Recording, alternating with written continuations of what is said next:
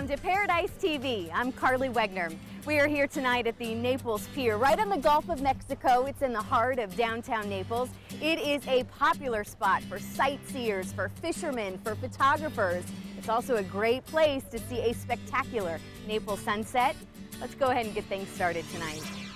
We're cooking up some fire and rice paella, strapping on some water skis for an extreme experience, building castles in the sand, and spreading our wings at the Butterfly Estate. Tonight we are featuring some of our favorite historical hotspots, and right here in Southwest Florida there is a famous home, the Edison and Ford Winter Estates. And not only did Thomas Edison vacation here, he also did some work here. The proof is in his lab. Paradise TV has your exclusive tour. At the heart of the Edison and Ford Winter Estates is Thomas Edison's laboratory. One of the only working laboratories as it would have been back in the day. So there's a lot of historical things that you will see here that you will see nowhere else in the United States. Built in 1928, the lab is where Edison spent most of his last years working on, no, not the light bulb, but rubber. It was headquarters for the Edison Botanic Research Corporation, which was the last big project that Thomas Edison worked on, and probably one of the most unknown projects that Edison was known for. This was where all the great minds got together, including Edison and Henry Ford and Harvey Firestone, to solve the mystery of where to get natural rubber if it were not available during wartime in the United States. Eventually, Edison and his team would find the answer in the goldenrod. While it may not have completely solved the rubber needs for mass production, the techniques he used and invented are still inspiring chemists today. As a teacher, I love making the connection between what was done in this lab and this project with the things that the students do in the lab today.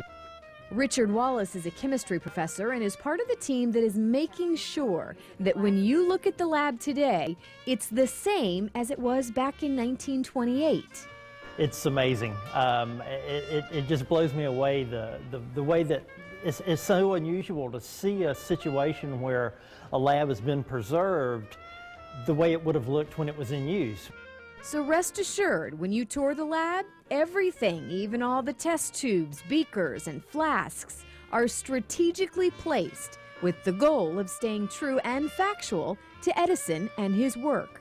I really hope more and more people are going to say light bulb and rubber and the phonograph. So as they come and learn, we really hope that is going to be the message that they walk away with. An old school think tank in mint condition that will certainly continue to inspire future inventors. For tour hours on the lab or anything else over at the estates, just head to their website. Another bit of Paradise history is right here in Naples over at the Naples Depot Museum. Celebrating the reign of the train, the Naples Depot Museum is set in Naples' restored Seaboard Airline Railway passenger station, where a cool virtual train makes stops several times a day. The museum welcomes visitors back to the railroading boom days, and it tells the story of how trade and travel transformed Naples from a pioneer village into today's glittering Gulf Coast resort.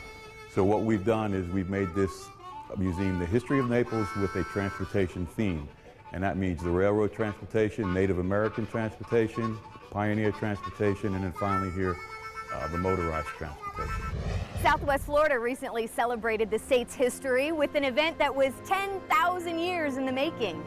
The Old Florida Festival invited folks to spend a day in the past with a Calusa Indian, a Seminole family, Civil War soldiers, cracker cattlemen, and even Spanish conquistadors. Dozens of other costume time travelers educated and entertained at the 24th annual festival that celebrates life on the Florida frontier.